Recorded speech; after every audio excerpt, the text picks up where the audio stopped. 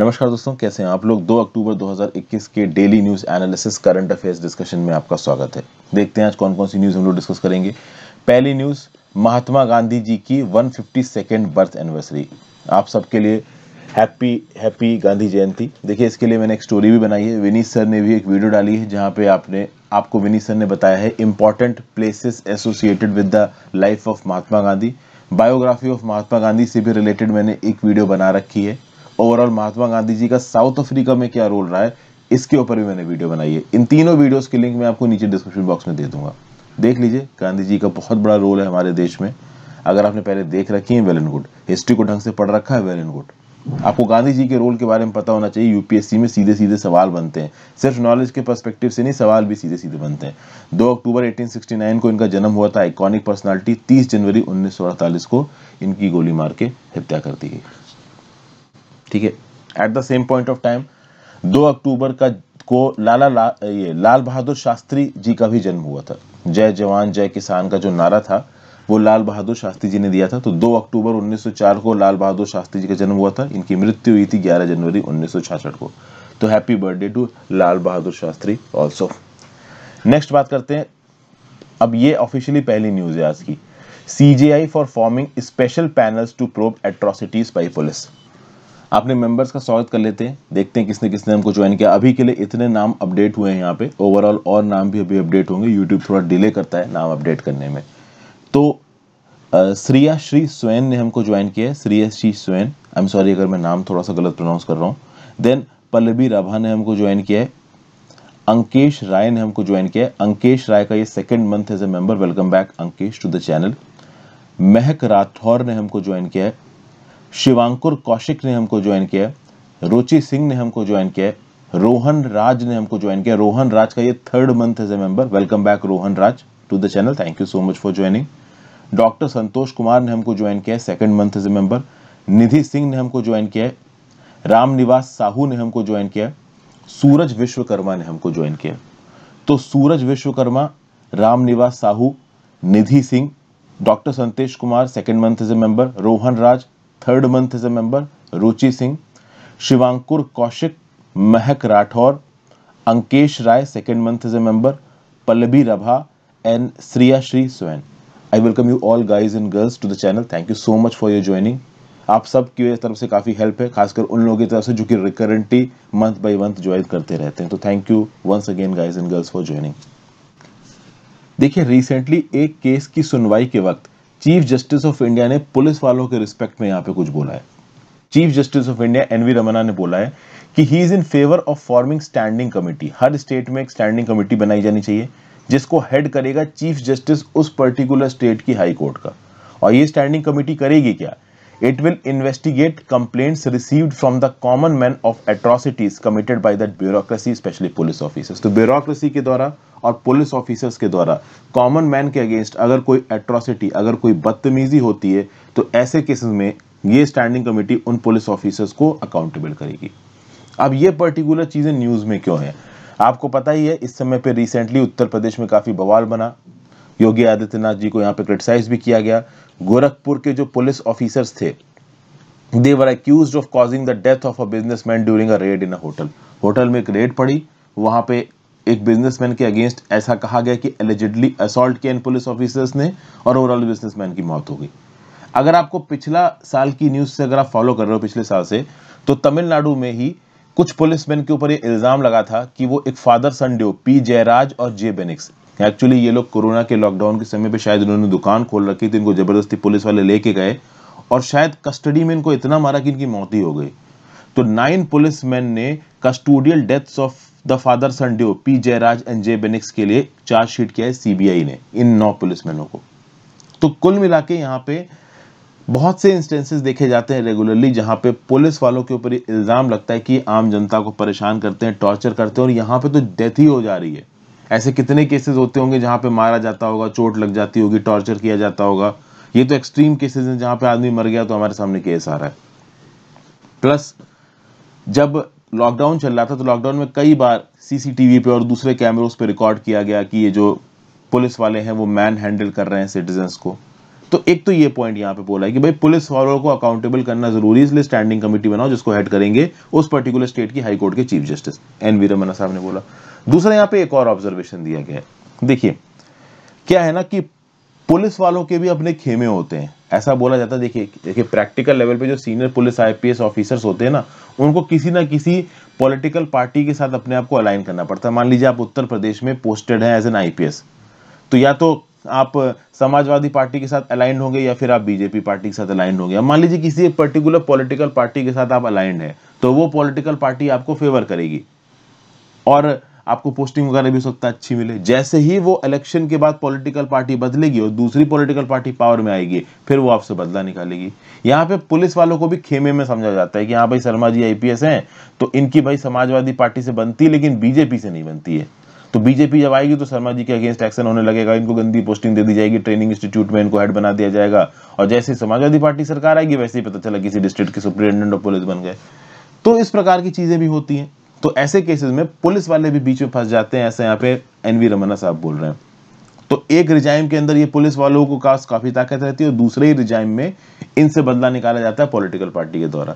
तो ये पॉलिटिक्स में ये जो फंस जाते हैं आपके पुलिस वाले, कभी कभी इनको पॉलिटिकल वेंडेटा का टारगेट बनना पड़ता है। ये यहाँ पे नहीं होना चाहिए, ठीक है ना। इस प्रकार के ट्रेंड को भी यहाँ पे चेक करने की जरूरत है, एन वी रमन्ना साहब बोल रहे हैं। GS paper 2 functioning of judiciary में न्यूज आपको काम आएगी। नेक्स्ट बात करते हैं GST collections hit 5 month high. देखिए gross goods and services tax collection जो कि सितंबर में हुए हैं वो हो गए हैं 1,17,000 करोड़। अगर आप सितंबर 2020 से इसको कंपेयर करोगे तो 22.5% कलेक्शंस यहाँ पे ज्यादा है। Got it. अगर एवरेज देखो आप इस साल का, इस साल के 2 क्वार्टर्स हो चुके हैं। पहला क्वार्टर था अप्रैल से लेके जून तक, दूसरा क्वार्टर था जुलाई अगस्त सितंबर तक। तो जुलाई अगस्त सितंबर में जो on an average GST collection हुआ है प्रति महीने का, वो हुआ है 1.15 लाख करोड़ रुपया। और अगर आप अप्रैल मई जून का on an average per month GST collection देखेंगे तो वो है 1.10 लाख करोड़ पर मंथ का। मतलब 5% का इंक्रीमेंट है पर मंथली एवरेज जो सेकेंड क्वार्टर में जीएसटी कलेक्शन हो रहे हैं कंपेयर टू फर्स्ट क्वार्टर। ठीक है भाई। अब ये मंथली जीएसटी कलेक्शंस बढ़ क्यों रहे हैं? Because of a pickup in economic activity. बड़ी कंपनीज अपने बेटर जीएसटी कॉम्प्लायंसेस कर रही हैं। उसके बाद ऐसा भी बताया जा रहा है कि आगे आने वाले समय में ये और बढ़ सकते हैं। रीजन बीइंग फेस्टिव सीजन आने वाला है और फेस्टिव सीजन में लोग अच्छा खासा खर्चा करते हैं। प्लस जो की मैन्युफैक्चरिंग स्टेट्स हैं कर्नाटका, महाराष्ट्र, तमिलनाडु, वहां पे 20% की मैन्युफैक्चरिंग में बढ़ोतरी देखने को मिल रही है। उसके साथ साथ इकोनॉमी भी रिकवर हो रही है।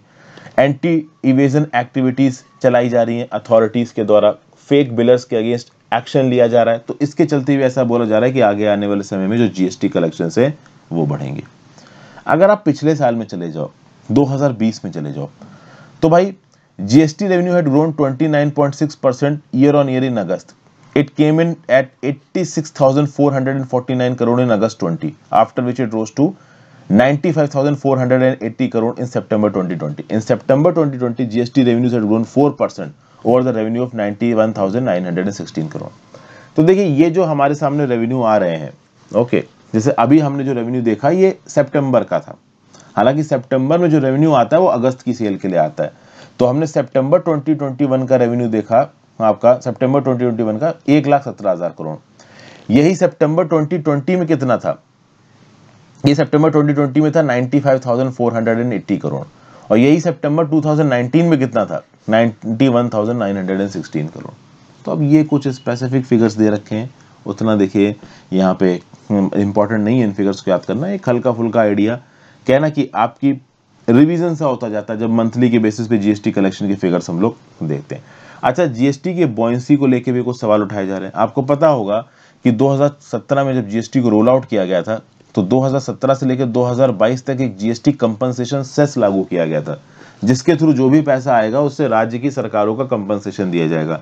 लेकिन ओवरऑल हम राज्य की सरकारों का कंपनसेशन दे नहीं पाए, जीएसटी कंपनसेशन सेस के थ्रू उतना पैसा नहीं आया है। तो इस सेस को आगे एक्सटेंड कर दिया गया है। तो जीएसटी आगे आने वाले समय में कितना अच्छा रिस्पॉन्ड करेगा नहीं करेगा, इस बात को भी लेके लोगों के दिमाग में डाउट है। हाँ, इंप्रूवमेंट के लिए सरकार काम कर रही है। तो फाइनेंस मिनिस्ट्री ने 2 मिनिस्टीरियल पैनल्स बनाए हैं as first step towards first structural overhaul. यहाँ पे स्ट्रक्चरल ओवरहॉल हो रहा है इन पैनल्स के टर्म्स ऑफ रेफरेंसेस को यहाँ पे डिसाइड कर दिया गया 24 सितंबर को। पैनल का मैंडेट क्या होगा? देखिए, पैनल का मैंडेट है an evaluation of special rates within the tax structure, rationalisation measures that include a merger of tax rate slabs aimed at simplifying the rate structure. मतलब कि भाई देखिए 5%, 12%, 18%, 28% इतने अलग अलग प्रकार के हमारे पास टैक्स स्लैब्स है। उसके अलावा अगर आप प्रीशियस सेमी प्रीशियस स्टोन्स की बात करो तो टैक्स स्लैब आता है 0.25% का, गोल्ड सिल्वर की बात करो तो 3% का आता है। कंपनसेशन सेस की बात करो तो 1% से लेकर 290% तक का कंपनसेशन सेस लगाया जाता है उन गुड्स के ऊपर जो 28% जीएसटी पे मिल रहे हैं। तो ये जो इतने अलग अलग हम लोगों ने यहाँ पे टैक्स स्लैब्स बना रखे हैं, इन टैक्स स्लैब्स को यहाँ पे रेशनलाइज करने की जरूरत है और यही मेन काम है इस पैनल का, जिसको अभी के लिए बनाया गया। फिर दूसरे पैनल में पोटेंशियल सोर्सेज ऑफ इवेजन को आइडेंटिफाई करना, इन्वर्टेड ड्यूटी स्ट्रक्चर को आइडेंटिफाई करना, हालांकि ये सब मैंने आपको पहले बता रखा है। मेन जो पैनल बनाने का रीजन है वो ये है कि टैक्स रेट्स को आप स्टेबलाइज करो। क्योंकि देखिए 15% रेवेन्यू न्यूट्रल रेट समझा जा रहा था, लेकिन इफेक्टिवली अभी जीएसटी का जो इंसिडेंस है वो 11% है और उसके चलते जीएसटी रेवेन्यूज हमने जितने एक्सपेक्ट किए थे उतने आ नहीं रहे हमारे पास। आगे आने वाले समय में कितने आएंगे उसको देखते हैं। एज ऑफ सितंबर 2021 का डाटा देखिए तो भाई 1.17 लाख करोड़ का जो जीएसटी का आप कह सकते हो कलेक्शन आया है, उसमें सीजीएसटी है मतलब central goods and services tax है 20,578 करोड़, एसजीएसटी है 26,767 करोड़, आईजीएसटी है 60,911 करोड़ और इस 60,911 करोड़ के आईजीएसटी में इंपोर्ट ऑफ गुड्स के ऊपर जो आईजीएसटी लगता है ना वो है 29,555 करोड़। टोटल सेस कलेक्शन हुआ है 8,755 करोड़ का, जिसमें इंपोर्ट ऑफ गुड्स के ऊपर जो सेस कलेक्शन हुआ है वो 623 करोड़ का हुआ है। ठीक है, तो ये कुछ इंपॉर्टेंट फिगर्स हैं general studies paper 3 Indian economy में, न्यूज आपको काम आएगी। भाई अगर अब तक वीडियो पे लाइक का बटन नहीं दबाया तो लाइक का बटन जरूर दबा दो, वीडियो को शेयर कर लो, चैनल को सब्सक्राइब कर लो अगर अब तक नहीं किया है तो, इंस्टाग्राम पे फॉलो कर लीजिए, टेलीग्राम ग्रुप ज्वाइन कर लीजिए, हर चीज का लिंक आपको नीचे दे रखा है। लाइक और शेयर जरूर करिए वीडियो को और ओवरऑल इस पे कमेंट करके इसके एंगेजमेंट को बढ़ाएं। आपके कमेंट करने से वीडियो का एंगेजमेंट बढ़ता है and YouTube recommends this video to more people. Next बात करते हैं ब्लड प्रेशर कोलेस्ट्रॉल कंट्रोल की फॉर टाइप 1 डायबिटीज। भाई सबसे पहले तो समझिए कि टाइप 1 डायबिटीज क्या होती है। टाइप 1 डायबिटीज वो मेडिकल कंडीशन है जिसमें आपका जो इम्यून सिस्टम है वो खुद ही इंसुलिन मेकिंग सेल्स को डिस्ट्रॉय करने लगता है। देखिए आपके पैनक्रियाज में इंसुलिन मेकिंग सेल्स पैदा होती हैं। अब ये इंसुलिन मेकिंग सेल्स अगर डिस्ट्रॉय हो जाती हैं तो आपके पैनक्रियाज से इंसुलिन नहीं बनेगा। अब इंसुलिन का ऑब्जेक्टिव क्या है? देखिए इंसुलिन एक ऐसा हार्मोन होता है ना जो कि शुगर या फिर ग्लूकोज को कह लीजिए, ग्लूकोज एनर्जी का सोर्स है, आपके बॉडी के अलग अलग टिश्यूज अलग अलग सेल्स तक लेके जाएगा और इसी ग्लूकोज को इस्तेमाल करके जो सेल है वो एनर्जी प्रोड्यूस करती है। तो आपकी बॉडी के में जो सेल हैं उन सेल तक ग्लूकोज का पहुंचना जरूरी है, तभी आपके सेल को एनर्जी मिलेगी। ये ग्लूकोज पहुंचाता कौन है? ग्लूकोज पहुंचाता है इंसुलिन। और इस इंसुलिन को नेचुरली हमारी बॉडी में प्रोड्यूस कौन करता है? तो वो प्रोड्यूस करता है बीटा सेल। ओके, इन बीटा सेल्स को इंसुलिन मेकिंग सेल्स भी कहा जाता है, पैनक्रियाज में पाई जाती हैं ये। अब अगर हमारे बॉडी का इम्यून सिस्टम ही ऐसा हो जाए कि वो इन बीटा सेल्स को तबाह करने लगे, इन इंसुलिन मेकिंग सेल्स को तबाह करने लगे, तो क्या होगा? तो होगा ये कि फिर इंसुलिन नहीं पैदा होगा हमारी बॉडी में, और जब हमारी बॉडी में इंसुलिन नहीं पैदा होगा तो जो भी हम खाना खा रहे हैं उससे जो भी हमारी बॉडी के अंदर ग्लूकोज जा रहा है वो ग्लूकोज आपके शरीर के हर सेल तक नहीं पहुंच पाएगा और आपकी सेल स्टार्व करने लगेंगी और आपके खून के अंदर जो शुगर की मात्रा है वो बढ़ जाएगी। आपने देखा होगा ना कि जब भी आप शुगर टेस्ट करते हो तो आप एक ब्लड का सैंपल लेते हो शुगर टेस्ट करने के लिए, रेगुलरली उस शुगर से उस एक्सेस ग्लूकोज को सेल्स तक पहुंचाने की रिस्पॉन्सिबिलिटी होती है इंसुलिन की, और वो इंसुलिन ही यहां बनना बंद हो गया है क्योंकि इंसुलिन सेल्स को आपके ही इम्यून सिस्टम ने तबाह कर दिया है। इसको आप बोलते हो टाइप 1 डायबिटीज। ठीक है भाई, तो इससे जो आपका ग्लूकोज है, जो आपका शुगर है, वो आपके ब्लड में बढ़ता जाएगा, उसका कंसेंट्रेशन आपके ब्लड में बढ़ता जाएगा। इससे बहुत सारे नुकसान हो सकते हैं, dehydration, weight loss, diabetic keto acidosis. Diabetic keto acidosis एक खतरनाक कंडीशन है।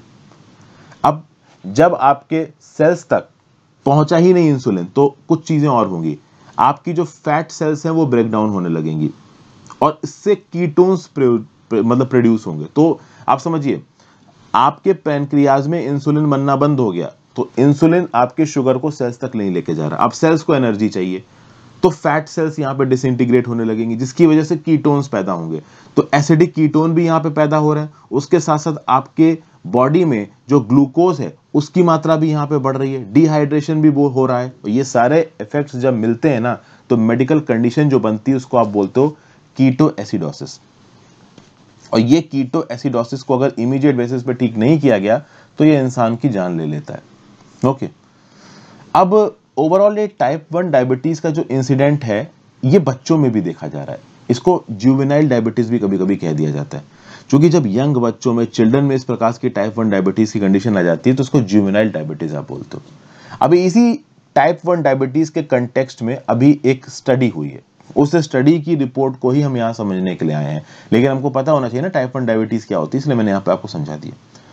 तो अभी जो रिसेंट स्टडी हुई है पैन इंडिया स्टडीज में, ये बोला गया है कि भाई देखिए, अगर आपको टाइप 1 डायबिटीज है तो उस केस में आपको अपना ब्लड शुगर ही कंट्रोल नहीं करना है, आपको अपना ब्लड प्रेशर भी कंट्रोल करना है, आपको अपना कोलेस्ट्रॉल भी कंट्रोल करना है। ये तीनों चीजें जब आप कंट्रोल करोगे तब भाई आप कह सकते हो कि आप एक गुड क्वालिटी ऑफ लाइफ जी पाओगे। ओके, ये जो स्टडी है, ये स्टडी छपी है, एक जर्नल है डायबिटीज टेक्नोलॉजी और थेरेपेटिक्स में। और डायबिटीज टेक्नोलॉजी एंड थेरेपेटिक्स के इस जर्नल को कई बार पीयर रिव्यू भी किया गया है। एक मल्टी सेंट्रिक स्टडी है। ओवरऑल इसमें उन सर्वाइवर्स की लाइफ को खंगाला गया है जो कि इस कंडीशन के साथ 40 साल से ज्यादा जिए हैं। बहुत सारे ऐसे लोग होते हैं, बच्चे होते हैं छोटे या फिर बड़े लोग हैं, जिनको अगर हो गया टाइप 1 डायबिटीज 40 साल से ज्यादा नहीं जी पाते हैं वो। लेकिन जो लोग 40 साल से ज्यादा जी गए, जब ओवरऑल उनके सिस्टम्स को एसेस किया गया तब पता चला कि survivors had better glycemic and blood pressure control, more favourable lipid profile and lower prevalence of complications compare to non survivors. तो मतलब कि जो यहाँ पे इस टाइप 1 डायबिटीज से नहीं बच पाए और जो टाइप 1 डायबिटीज से बच पाए, तो बच पाए वालों के पास क्या बेटर था? Better glycemic and blood pressure control था, ज्यादा फेवरेबल लिपिड प्रोफाइल्स थी, लोअर प्रेवलेंस ऑफ कॉम्प्लिकेशंस थे। ओके, टाइप 1 डायबिटीज बहुत हद तक मॉर्बिडिटी को बढ़ा देता है और प्री मैच्योर मॉर्टिलिटी यहाँ पे एसोसिएटेड है, मतलब इंसान अपने वक्त से पहले ही उस चला जाता है, 15 से 20 साल उसकी उम्र यहाँ पे कम हो जाती है। तो ये सब बातें यहाँ पे बताई जा रही है। Type 1 diabetes is actually a very serious problem. India में 95,000 चिल्ड्रन से ज्यादा को टाइप 1 डायबिटीज है। दुनिया में सबसे ज्यादा टाइप 1 डायबिटीज के इंसिडेंसेस चिल्ड्रन के अंदर इंडिया में है, according to the 9th International Diabetes Federation Atlas. और इस स्टडी में वो लोग, वो बच्चे, खासकर वो इंडिविजुअल्स जो कि 40 साल से ज्यादा जिए हैं टाइप 1 डायबिटीज होने के बावजूद, वो ज्यादातर यूएस और यूरोप में है, इंडिया में नहीं पाए जाते हैं ऐसे। मतलब इंडिया में लोग टाइप 1 डायबिटीज में 40 साल से ज्यादा सर्वाइव नहीं कर पाते। ठीक है भाई, तो ये सब बातें यहाँ पे बता के रखी गई। आई होप कुछ ना कुछ यूजफुल यहाँ पे जानने को मिला हो। एक और यहाँ पे फैक्ट बताया गया है कि अगर टाइप 1 डायबिटीज होने के 10 साल तक आपको अलग से इंसुलिन नहीं देनी पड़ रही है तो भी एक अच्छी चीज है। अगर पहले 10 सालों में ओवरऑल आप नेचुरल प्रोसेसेस के थ्रू बिना इंसुलिन लिए दवाई वगैरह खा के काम चला ले रहे हो अपनी डायबिटीज के साथ और आपको अलग से इंसुलिन थेरेपी की जरूरत नहीं पड़ रही है, then it is a good sign. मतलब इसका मतलब ये है कि अभी भी आपका इम्यून सिस्टम थोड़ा स्ट्रांग है, आप लंबा सर्वाइव कर जाओगे इस कंडीशन के साथ भी। General studies paper 2 health issues में न्यूज आपको काम आएगी। नेक्स्ट बात करते हैं स्वच्छ भारत सेकंड फेज। देखिए कुछ दिन पहले मैंने आपको बताया था अर्बन स्वच्छ सर्वेक्षण शुरू हुआ है और वहां पे मिनिस्टर साहब ने बोला कि भाई 2 अक्टूबर गांधी जयंती के दिन प्रधानमंत्री जी स्वच्छ भारत मिशन अर्बन 2.0 और अमृत 2.0 लॉन्च करेंगे। तो आज यही लॉन्च होने वाला होगा। स्वच्छ भारत मिशन अर्बन का सेकंड फेज और Atal mission for rejuvenation and urban transformation का सेकंड फेज अब यहाँ पे शुरू किया जाएगा। ऑब्जेक्टिव क्या है? To make cities garbage free and ensuring safe water. फिर इन मिशंस के थ्रू मोदी जी ने यह भी बोला है कि भाई अब कोई भी ऐसा वाटर नहीं होगा जो कि किसी रिवर में डिस्चार्ज किया जाएगा अनट्रीटेड। हालांकि ये जितने भी एम्स हैं काफी मुश्किल है, बट चलिए ठीक है, कोशिश हो रही है इनकी तरफ। प्लस यहाँ पे मोदी जी का ये बोलना है सेकेंड एडिशन को लॉन्च करते वक्त कि भाई इंडिया को आपने ओपन डेफिकेशन फ्री किया है, ये हमारे लिए बहुत बड़ी अचीवमेंट की बात है। लोग शहरों में रहने आते हैं अच्छी लाइफ के लिए, लेकिन शहरों में वो अच्छी लाइफ भी नहीं पा पाते हैं। एक तो अपने घर से दूर रहते हैं और अच्छी लाइफ भी नहीं पा पाते हैं। तो ऐसे केसेस में स्वच्छ भारत मिशन अर्बन और अमृत 2.0 को अच्छे तरीके से लॉन्च किया जाएगा तो लोगों की जिंदगियां बेहतर होंगी। देखिए स्वच्छ भारत मिशन के अंदर एक तो बड़ी इंपॉर्टेंट चीज यहाँ पे ये बताई जा रही है मोदी जी के द्वारा कि इंडिया में per day 1 lakh ton of waste को प्रोसेस किया जा रहा है, ठीक है। और आगे आने वाले समय में मोदी जी का बोलना है कि जो शहरों के बॉर्डर पे, खासकर दिल्ली मुंबई जैसे शहरों के बॉर्डर पे अगर आप चले जाओ तो गार्बेज के माउंटेन बिल्कुल नजर आते हैं। दिल्ली में तो खासकर अगर आप बाहर की तरफ निकल जाओ यमुनानगर के आगे जाके, तो वहां पे आपको भैया गंदगी के माउंटेन्स नजर आएंगे। ये सारे के सारी गंदगी को यहाँ पे साफ किया जाएगा, प्रोसेस किया जाएगा, कंप्लीटली रिमूव किया जाएगा। अब ऐसा हो सके तो बहुत अच्छा है। 2014 में टोटल वेस्ट प्रोसेसिंग का रेट कितना था देश में? 20%। अब यहाँ पे बोलना है कि 70% of the waste is being processed in India, और आगे आने वाले समय में 100% of the waste will be processed, ऐसा यहाँ पे मोदी जी बोल रहे हैं। 2000, अब देखिए थोड़ा बहुत तो पॉलिटिकल स्टेटमेंट हो ही जाता है, वो कोई बड़ी बात नहीं, पॉलिटिशियंस ऐसा बोलते हैं। 2014 से पहले अर्बन डेवलपमेंट मिनिस्ट्री को 1.25 लाख करोड़ का एलोकेशन दिया गया था 7 सालों में, और 2014 के लेके 2021 तक के 7 सालों में 4 लाख करोड़ का एलोकेशन दिया गया अर्बन डेवलपमेंट मिनिस्ट्री को। तो ये अमृत और स्वच्छ भारत मिशन को और अच्छे तरीके से इंप्लीमेंट कर रहे हैं। आप थोड़ा बहुत इन मिशन के बारे में देख लीजिए। अमृत 2.0 मिशन क्या करेगा? It will help in making cities self reliant. It will also ensure water securities across the city. तो सिटी सेल्फ रिलायंट होगी, वाटर सिक्योरिटी होगी। मिशन को लॉन्च किया गया with the aim of providing 100% coverage of water supply to all households. तो 4700 urban local bodies में 100% water supply की coverage दी जाएगी लोगों को। 2.68 करोड़ टैप कनेक्शंस प्रोवाइड किए जाएंगे। 100% सीवरेज कवरेज प्रोवाइड की जाएगी 500 अमृत सिटीज को, और इसके लिए 2.87 लाख करोड़ रुपया सैंक्शन किया गया। तो ये तो बात है अमृत 2.0 मिशन की। अगर पूछ दे तो यही वाले जो मैंने स्टेटमेंट बताए चेप देना। नेक्स्ट बात करते हैं स्वच्छ भारत मिशन अर्बन 2.0 की। देखिए इसका टारगेट है हमारे देश के शहरों को गार्बेज फ्री बनाना। It also seeks to ensure grey and black water management. Grey and black water में पहले भी समझा चुका हूं, आप खुद सर्च मार के भी ढूंढिए। अच्छा, ग्रे और ब्लैक वाटर होता क्या है नीचे कमेंट बॉक्स में बताओ। चलो मैंने पहले पढ़ाया, आप बताओ, बिना सर्च मारे बता सकते हो तो बताओ। तो भाई जो ग्रे और ब्लैक वाटर मैनेजमेंट है वो भी किया जाएगा स्वच्छ भारत मिशन के अंदर। अमृत मिशन के साथ आप कह सकते हो स्वच्छ भारत मिशन को सिंक्रोनाइज किया जाएगा। जो सिटीज अमृत मिशन के अंदर कवर हो रही हैं वहां तो ऑलरेडी ये साफ सफाई की चीजें चल रही हैं, लेकिन जो सिटीज अमृत मिशन के अंदर कवर नहीं हो रही हैं वहां पे स्वच्छ भारत मिशन एक्टिव होना चाहिए, ऐसा यहाँ पे बोला जा रहा है। फिर 3R के कंसेप्ट पे यहाँ पे काम होगा, रिड्यूस, रीयूज और रिसाइकिल। रिड्यूस, रीयूज और रिसाइकिल से ओवरऑल हम चीजों को ज्यादा इफेक्टिव तरीके से कर सकते हैं, ऐसा बताया जा रहा है। स्वच्छ भारत मिशन अर्बन 2.0 को 1.41 लाख 1.41 लाख करोड़ का एलोकेशन यहाँ पे किया जा रहा है। General studies paper 2 government policies और इंटरवेंशन में ये न्यूज आपको काम आएगी। नेक्स्ट बात करते हैं process of renunciation of Indian citizenship simplified. देखिए यहाँ पे भारत सरकार ने बोला है कि वो इंडियंस जो कि अपनी सिटीजनशिप छोड़ना चाहते हैं वो बड़े आराम से यहाँ पे छोड़ सकते हैं।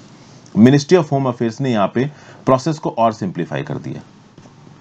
प्रोसेस को समझने की कोशिश करते हैं। अगर आप कल की डेट में अपने सिटीजनशिप छोड़ना चाहो, आप में से बहुत सारे लोग बोलेंगे क्यों छोड़ेंगे सर हम सिटीजनशिप? तो देखिए आप लोग और हम लोग नहीं छोड़ते हैं, लेकिन मान लो आप में से किसी ने यूएस में जाके अपना परमानेंट बेस स्टैब्लिश कर लिया, या यूएई में आपने कोई बहुत बड़ा बिजनेस खोल लिया, आप करोड़पति बन गए हो और वहीं के नागरिक बनना चाहते हो, तो उस केस में आपको इंडिया की सिटीजनशिप छोड़नी पड़ेगी। तो वो इंडिया की सिटीजनशिप छोड़ने का ही प्रोसेस यहाँ पे देके रखा गया, और इंडिया की सिटीजनशिप छोड़ने के प्रोसेस को 60 दिन के अंदर कंप्लीट किया जाएगा, ऐसा यहाँ पे मिनिस्ट्री ऑफ होम अफेयर्स बोल रही है। डाटा देखा जाए तो 2015 से लेकर 2019 के बीच में लगभग 6.7 लाख इंडियंस ने अपनी सिटीजनशिप को छोड़ा है। ठीक है भाई, 2018 में ये जो सिटीजनशिप को छोड़ने का फॉर्म नंबर 22 था under citizenship rules for declaration of renunciation of citizenship, इसमें एक कॉलम जोड़ा गया जिसका टाइटल था circumstances reasons due to which applicant intends to acquire foreign citizenship and renounce Indian citizenship.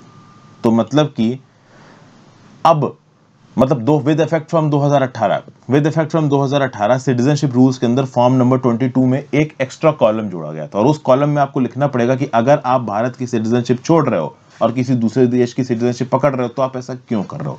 ये एक्स्ट्रा कॉलम 2018 में जोड़ा गया था।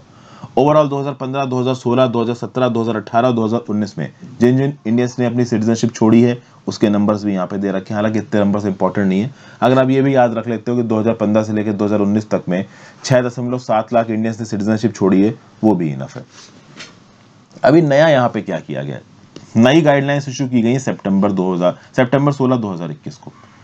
यहाँ पे जो फॉर्म 22 है इसको आपको फिल करना है, डाउनलोड करने के बाद इसको फिल करिए, साइन करिए और डिस्ट्रिक्ट मजिस्ट्रेट के ऑफिस पे आप जाके इसको सबमिट कर दीजिए अगर आप इंडिया के अंदर है। अगर आप फॉरेन में तो फॉरेन में जो भी नियरेस्ट आपकी इंडियन मिशन है, एम्बेसी है या कंस्यूलेट है, वहां पे जाइए, इस फॉर्म को फिल करके वहां पे सबमिट कर दीजिए। इंडिया में अगर आप इस फॉर्म को सबमिट कर रहे हो तो आपका डिस्ट्रिक्ट मजिस्ट्रेट के द्वारा इंटरव्यू भी लिया जाएगा। फॉरेन में शायद ऐसा इंटरव्यू का कोई रिक्वायरमेंट नहीं है। इंडिया में इंटरव्यू इसलिए हो रहा है क्योंकि एक बार ये वेरीफाई किया जाएगा कि भाई बंदा देश छोड़ के क्यों जा रहा है, और कोई देश छोड़ के अगर जा चुका है तो ऑलरेडी वेरीफाइड होगा वहां पे। डॉक्यूमेंट वगैरह आपको सबमिट करने पड़ेंगे, आपको उस डॉक्यूमेंट में प्रूफ लगाना पड़ेगा कि आप क्यों हमारे देश की नागरिकता को छोड़ रहे हो। ओवरऑल 2009 के सिटीजनशिप रूल्स के हिसाब से पहले जो सिटीजनशिप को रिनाउंस करने की एप्लीकेशन फीस थी वो थी 5,000 रुपए। अभी जो सिटीजनशिप को अनाउंस करने की फीस है वो है 5,000 रुपए। अगर आप इंडिया से सिटीजनशिप को अपनी रिनाउंस कर रहे हो और अगर आप किसी फॉरेन कंट्री में रह के हम अपनी सिटीजनशिप को रिनाउंस कर रहे हो तो इंडियन मिशन में जाके आपको 7,000 रुपया जमा करना पड़ेगा। तो ये तो तरीका हो गया आपका ओवरऑल सिटीजनशिप को रिनाउंस करने का, ठीक है। इंडिया के अंदर है तो डिस्ट्रिक्ट मजिस्ट्रेट में जाके फॉर्म 22 जमा करिए, और अगर आप फॉरेन में है तो किसी भी इंडियन मिशन में जाके अपना फॉर्म 22 जमा करिए। एक और बात यहाँ पे, सिटीजनशिप एक्ट 1955 के अंदर जो सेक्शन 8 क्लॉज 1 है, यहां पे अब आपको चीजें समझनी पड़ेगी। जैसे फॉर एग्जांपल कोई एक पेरेंट है, आप और आपकी वाइफ, आपने फॉरेन में गए और आपने अपनी सिटीजनशिप इंडिया की छोड़ दी, तो जो आपके माइनर बच्चे हैं, 18 साल से कम की उम्र के जो बच्चे हैं आपके, उनकी सिटीजनशिप भी यहाँ पे अभी के लिए चली जाएगी। लेकिन उन बच्चों के पास एक ऑप्शन होगा। ऑप्शन ये होगा कि जब वो 18 साल के हो जाएंगे तो 18 साल के होने के बाद 1 साल के अंदर अंदर चाहे तो वो इंडिया की सिटीजनशिप वापस ले सकते हैं। समझिए, कोई मान लो हस्बैंड वाइफ, उनकी दुबई में जॉब लग गई तो वो दुबई में जाके सेटल हो गए। बहुत सारे लोग इंडिया से जाते हैं, अब उनको दुबई का वो मिल रही सिटीजनशिप मिल रही है, वो दुबई के सिटीजन बनना चाह रहे हैं, मतलब यूएई के सिटीजन बनना चाह रहे हैं, तो उस केस में वो फॉर्म 22 जमा करेंगे। अब अगर उनका कोई 18 साल से कम का बच्चा है तो उसकी भी सिटीजनशिप यहाँ पे चली जाएगी। लेकिन वो 18 साल से कम वाला बच्चा जब 18 साल का हो जाएगा, उसके बाद उस बच्चे के पास 1 साल तक का ऑप्शन होगा इंडिया की सिटीजनशिप को वापस लेने का। एक बात ये क्लियर हो गई। हाँ, यहाँ पे इन रूल्स में एक बात क्लियर नहीं हो पा रही है कि मान लो दोनों पेरेंट में से कोई एक पेरेंट यहाँ पे अगर सिटीजनशिप छोड़ता है, समझिए हस्बैंड वाइफ में मान लो केवल हस्बैंड ने या केवल वाइफ ने सिटीजनशिप छोड़ी है और किसी दूसरे देश की सिटीजनशिप पकड़ी है, तो उस केस में माइनर बच्चों की सिटीजनशिप जाएगी या नहीं जाएगी, इस बात को लेकर डाउट है। मुझे ऐसा लगता है कि नहीं जाएगी, ठीक है, क्योंकि एक पेरेंट ने छोड़ी है सिटीजनशिप, दूसरे ने नहीं छोड़ी है, तो in that case I don't think कि वहां पे सिटीजनशिप जानी चाहिए। हालांकि अभी क्लियर नहीं हो पा रहा है ये नियम कानूनों से। जनरल स्टडीज पेपर 1 और जनरल स्टडीज पेपर 2 में न्यूज आपको काम आएगी। फिर टिट फॉर टैट रिएक्शन, इसके ऊपर मैंने एक शॉर्ट भी बनाया है। इंडिया ने ब्रिटेन के ऊपर 10 दिन का क्वारंटीन लगा दिया है। ओके, रेसिप्रोकल मेजर्स है ये। हालांकि देखिए इसका कोई खास मतलब नहीं है। रीजन बीइंग, इंडिया से बहुत सारे टूरिस्ट ब्रिटेन के अंदर जाते हैं, बट यूके से अभी के लिए इंडिया के अंदर बहुत टूरिस्ट नहीं आ रहे हैं। तो क्या आते ही नहीं है? नहीं आते हैं। अभी क्या है कि इंडिया टूरिस्ट वीजा इशू नहीं कर रहा है, ब्रिटेन ने टूरिस्ट वीजा इशू करने शुरू कर दिए हैं। तो इंडिया से बहुत सारे ऐसे लोग हैं जो कि ब्रिटेन में घूमने जाते हैं, उनके पास पहले से ही ब्रिटेन का वीजा है, या फिर आप नया वीजा अप्लाई करो, जैसे भी आप जा रहे हो। लेकिन ब्रिटेन से इंडिया लोग अभी नहीं आ रहे हैं, क्योंकि पहले जितने भी वीजास थे वो कैंसिल हो चुके थे और अभी के लिए नए visa, tourist visa India issue नहीं कर रहा है। उसके बावजूद भी यहाँ पे हुआ ये है कि with effect from 4 October India ने क्वारंटीन रिक्वायरमेंट्स लगा दी है ब्रिटिश नेशनल्स के ऊपर। तो अब अगर ब्रिटिश नेशनल्स इंडिया के अंदर आते हैं तो उनके ऊपर 10 दिन का क्वारंटीन पीरियड है। जब वो आएंगे तो 72 घंटे के अंदर का कोविड निगेटिव लेके आएंगे टेस्ट। उसके बाद आने के बाद उनका एक कोविड टेस्ट होगा आरटीपीसीआर ऑन अराइवल, और 10th डे ऑफ क्वारंटीन पे एक टेस्ट होगा उनका आरटीपीसीआर ऑन अराइवल। इसको बेसिकली एक टिट फॉर टैट रिएक्शन की तरह समझा जा रहा है।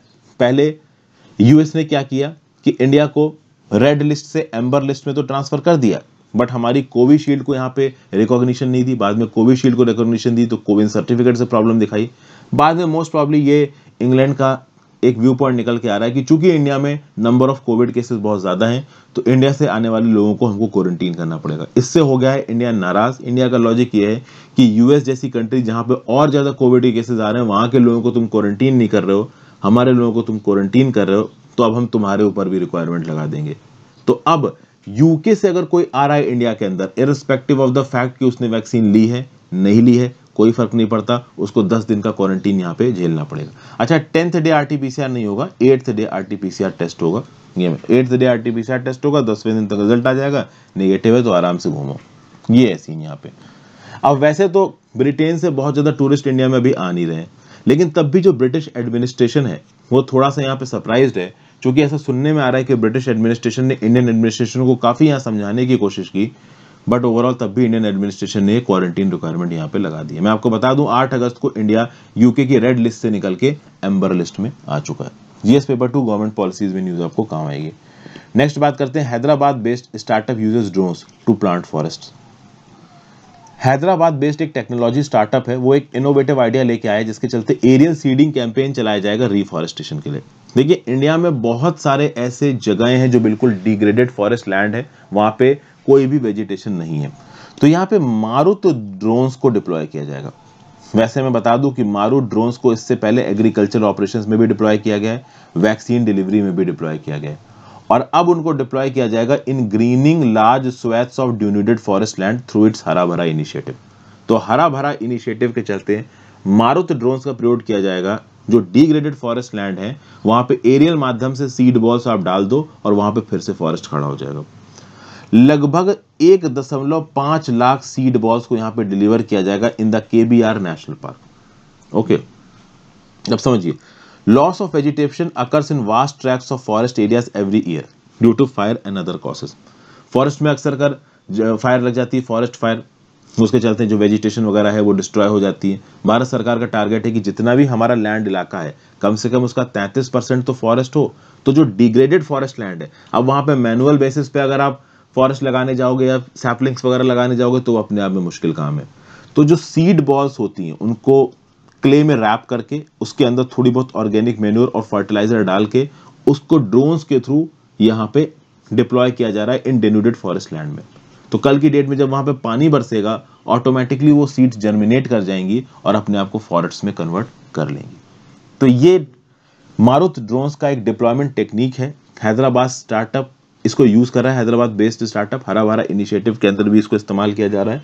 तो इस प्रकार की इंफॉर्मेशन को भी आप एफॉरेस्टेशन के कंटेक्स्ट में कोई सवाल आता है तो कोट कर सकते हैं। ड्रोन्स का प्रयोग बहुत जगहों पे किया जाता है, सॉइल फील्ड प्लानिंग में, क्रॉप मॉनिटरिंग में, क्रॉप को वीड्स, पेस्ट और डिजीज से बचाने में, प्रोडक्टिविटी में, न्यू सर्विस मॉडल्स में, इन जगहों पे ड्रोन्स का इस्तेमाल किया जाता है। ओवरऑल अब इस पर एक्स्ट्रा इन्फॉर्मेशन को पढ़ सकते हो, अवेलेबल करवा दूंगा मैं ये PPT. GS paper 2 e technology in the aid of farmers में न्यूज आपको काम आएगी। Next, NITI Aayog assessment report of district hospitals. देखिए नीति आयोग ने अभी एक असेसमेंट रिपोर्ट पब्लिश की है, एक स्टडी करवाई थी जिसका नाम था best practices in the performance of district hospital. ये स्टडी की रिपोर्ट रिलीज हुई है 30 सितंबर 2021 को, और इस रिपोर्ट को प्रिपेयर किया गया है after assessing 707 hospitals in 36 states and union territories in 2018-19। मतलब ये जो स्टडी कराई गई थी ये पैंडेमिक शुरू होने से पहले कराई गई थी। अब इस स्टडी में पता ये चला है कि प्रति 1 लाख पॉपुलेशन बिहार में केवल 6 नंबर ऑफ बेड्स हैं डिस्ट्रिक्ट हॉस्पिटल में। पुदुचेरी में प्रति 1 लाख पॉपुलेशन 222 बेड्स हैं डिस्ट्रिक्ट हॉस्पिटल में। जो बेस्ट डिस्ट्रिक्ट हॉस्पिटल है कंट्री का वहां पे 408 बेड्स हैं पर 1 लाख पॉपुलेशन। जो सबसे बेकार है वहां पे 1 बेड है पर 1 लाख पॉपुलेशन। 217 डिस्ट्रिक्ट हॉस्पिटल ऐसे हैं जहां पे पर 1 लाख पॉपुलेशन कम से कम 22 बेड्स हैं। ओके, इंडिया के पास ऑन एन एवरेज पर 1 लाख पॉपुलेशन 24 बेड्स है। Got it? तो ये एक छोटा सा इंफॉर्मेशन है। इंफॉर्मेशन अब देखिए यूपीएससी में स्टैटिस्टिक्स और इंफॉर्मेशन एकदम भरी रहती है, आप जितना याद कर लो उतना कोई अथा तो देखिए यहाँ पे है नहीं।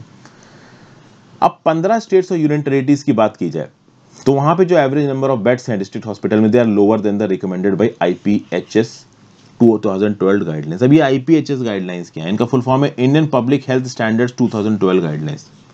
ये गाइडलाइंस ये बोलती हैं कि भाई डिस्ट्रिक्ट हॉस्पिटल में प्रति 1 लाख पॉपुलेशन कम से कम 22 बेड्स तो होने चाहिए। तो इंडिया में 15 स्टेट्स और यूनियन टेरिटरीज ऐसे हैं जहां पे प्रति 1 लाख पॉपुलेशन 22 बेड्स भी नहीं है। मतलब ये आईपीएचएस 2012 की गाइडलाइंस को ही फॉलो नहीं कर पा रहे हैं, मीट नहीं कर पा रहे हैं। और ये स्टडी एक और बात हमको बताती है, चूंकि ये स्टडी बिल्कुल पैंडेमिक शुरू होने से पहले करी गई थी, मतलब हम लोग पैंडेमिक के लिए बिल्कुल भी प्रिपेयर्ड नहीं थे। ये बात क्लियर कट हमको स्टडी में पता चलती है। और second wave of corona virus में ये हमको एकदम देखने को मिल गया। जीएस पेपर 2 हेल्थ इंफ्रास्ट्रक्चर में न्यूज आपको काम आएगी। फिर ये न्यूज रह के सामने आती रहती, चाइना ने फिर से 25 जेट्स इलीगली ताइवान के डिफेंस आइडेंटिफिकेशन जोन में भेज दिए। सबसे बड़ा इनकर्जन है ये साल का। 25 चाइनीज मिलिट्री प्लेन्स ताइवान के डिफेंस जोन में एंट्री मार गए। Biggest incursion. ताइवान की बात की जाए, सेल्फ रूल्ड डेमोक्रेटिक आइलैंड है। चाइना के नेशनल डे के दिन ये पर्टिकुलर एक्टिविटी की गई। यहाँ पे फिर जो ताइवान के एयरक्राफ्ट थे उन्होंने ब्रॉडकास्ट मतलब वार्निंग्स को ब्रॉडकास्ट किया कि यहाँ से बाहर निकल जाओ। अक्सर कर यहाँ पे चाइना अपने जो एयरप्लेन है उनको ताइवान के डिफेंस आइडेंटिफिकेशन जोन में भेजता रहता है, प्रोवोकेट करता रहता है कि कल की डेट में ताइवान पे अटैक कर दे और फिर ये पलटवार करके ताइवान को जबरदस्ती कब्जा कर लें। इस प्रकार की जो झड़प है वो चाइना और ताइवान के बीच में चलती रहती है। ओके, 2016 के बाद से आप देखोगे कि जो चाइना का प्रेशर है और प्रेसिडेंट साई इंग वेन वो बढ़ता ही जा रहा है। और खास बात यह है कि कुछ हद तक जी जिनपिंग भी इसके लिए रिस्पॉन्सिबल है। जी जिनपिंग की अप्रोच बहुत ज्यादा स्ट्रिक्ट रही है, उसके चलते भी अलग अलग कंट्रीज ओवरऑल चाइना से थोड़ा सेग्रीगेट कर रही हैं, खासकर ताइवान। अगर पिछले साल की बात की जाए 2020 की, तो ताइवान के एयर डिफेंस आइडेंटिफिकेशन जोन में 380 इनकर्जन्स हुए हैं और इस साल 2021 के पहले 9 महीनों में 500 से ज्यादा इनकर्जन्स ऑलरेडी हो चुके हैं।